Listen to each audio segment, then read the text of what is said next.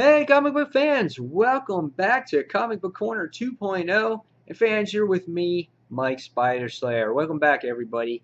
Today we're going to be talking about the Superior Spider-Man issue number 20. Now, I'm really excited because we're on a brand new story arc. We're over with the whole time travel thing and Spider-Man 2099, and we're off to something new. Maybe some hints or indications of what's going on for the Spider-Man title to come.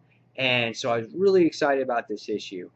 Dan Slott is the writer on here, and our artist is what's his name? God, I can never say his name either. Gamasakoli? Yes, and his name is Giuseppe is his first name. Artwork in the cover is really nice. However, I did prefer that variant cover from J. Scott Campbell. If you guys have seen it, it's beautiful. However, it is a variant that's $120. So I'll take this for now for $3.99. The interior art at times is really, really good here, especially when it comes to my favorite female character, Black Cat. I think she is a beautiful character. He does a great job in drawing her really, um, you know, I guess you want to say sexy.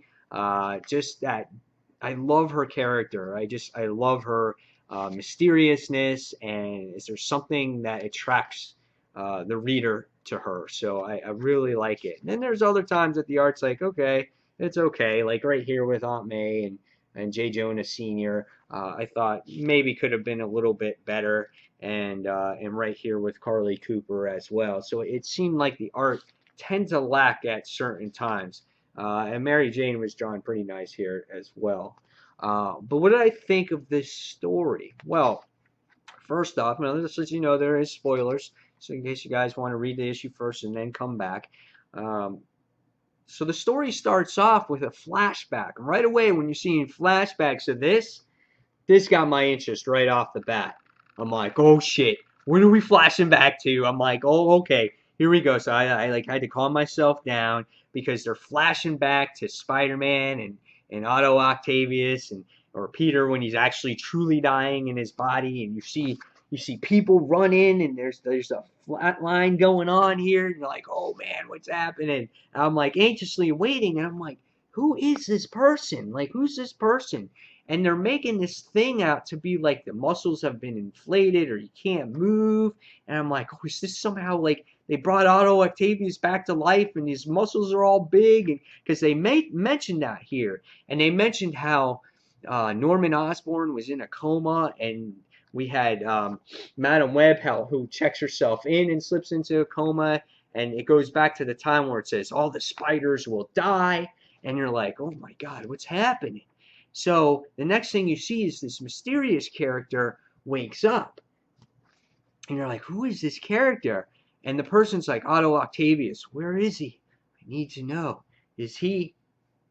And then all of a sudden, the doctors are like, what are they bringing up Otto Octavius for?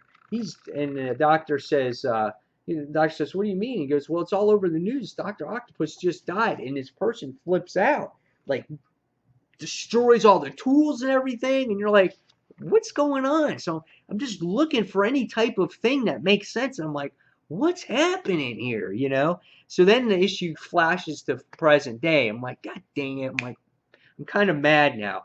But as I'm reading the issue, I'm like, oh, okay, well, Black Cat's in it, and Superior's on his way to see Anna Maria, his little girlfriend, the little person, and they're gonna go and they're gonna have a nice dinner or whatnot. But Black Cat's on the way, and and she's doing I guess, a little burglary, and right away in this issue, his little spider bot patrols to him as she makes the approach here, and she's like, Felicia Hardy, and he's like, right away, he's like, I remember this woman, and his attitude's totally different. Whereas Peter Parker's like, kind of it's like she really manipulates Peter, into sleeping with her or doing things that he shouldn't do. She kind of changes Peter into a different person. So right away when they start flirting with each other, or she starts flirting with him, he right away Superior winds up thinking that she's a threat, and jacks her in the face.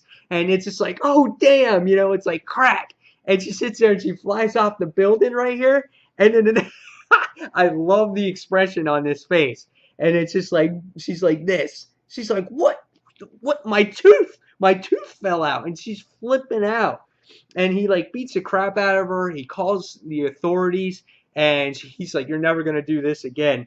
And she leaves with a pissed off expression right here. And she goes, I won't forget this spider ever. And it's just like, oh my God, it's such a small part of the story, but it will make a huge impact on Felicia. But really what this story is about now is that Peter winds up going to do his presentation on his thesis, and that he is going to create his own business, and his own business is called Peter Parker Industries, based off of his thesis. And in the issue, you get to see this mysterious person come out again. I'm like, what is this person? This person is related to the person that's in the first page. I'm like, who is this person? And it's pissing me off throughout the whole entire issue. And you get to see another part. You get to see a part where Aunt May, J. Jonah Sr., and this person here, I forgot her name, was signing to be, her name is Miss Jaffrey, is signing to be part of Peter Parker Industries, loan, all kinds of stuff. And Peter Parker, or Superior, is using all his money that he has as Peter, not relating anything to Dr. Octavius. He wants to leave that behind. We see a little bit of Carly here, saying that she found out these paper traces that leads to, Superior Spider-Man's funds. You see a little bit of Mary Jane here, who finds interest in some firefighter. And as Peter Parker or Superior's conducting his thesis and going to get his business underway, the old professor that used to teach Dr. Octavius, or was a colleague of Otto Octavius, recognized all the work that Superior was presenting. And right away, he realizes, and he confronts Superior, or Peter Parker, or whatnot, and says, I'm going to have you expelled. Forget getting your doctorate. He's like, you're done. You're finished. I recognize everything. You plagiarized everything. And he's just like, Superior's like, oh, I'm going to have to destroy you first. I need time to figure out. So now at the end of this book, you finally see this character again. You're like, who the hell is this character? I could not remember this woman. And she starts beeping everything. And it says, Dr. Caroline, blah, blah, blah. And she's pressing these buttons. And the next thing you see, she puts on this helmet. And she's going into this virtual reality state. And she goes, Superior Spider-Man killed Dr. Otto Octavius. And wait till they see the return of the Stunner. I'm like, the Stunner? Like, who is the Stunner? And I'm trying to remember, and I scratch my head. And I remember the Stunner. This person has been in a coma forever. She has not been around in forever. She is an overweight person that was a secretary for Otto Octavius, the original one. He created this virtual machine. She winds up in this machine, and it turns her into a thin, hot, good-looking chick. And she gets superpowers and everything. And right away, she winds up falling in love with Otto for what he's done. And she had a battle with Scarlet Spider, and somehow she ended up in a coma because her virtual reality stuff wound up blowing up. And you haven't heard from her since. She hasn't awakened. And she's awoken right here in this issue. And you're like, holy crap, that's crazy. Now, if you guys are not familiar with her, the creators of her were Mark Bagley and J.M. DeMatteis, and she appears in like 30 issues. And her first appearance, I think, was in, I'm looking it up right now, I forgot which one it was. It was in Amazing Spider-Man. Her first issue was like Amazing Spider-Man 397, and she was in another Spider-Man issue as well. Let's see if I can find it real quick. Spectacular Spider-Man, issue number 20. was her first appearance, and it was called The Web of Death Part 2. Um, so after reading this, I'm like, oh my God, this is crazy. I can't believe they're bringing her back. But this kind of reminds me of the time when they brought back Cardiac.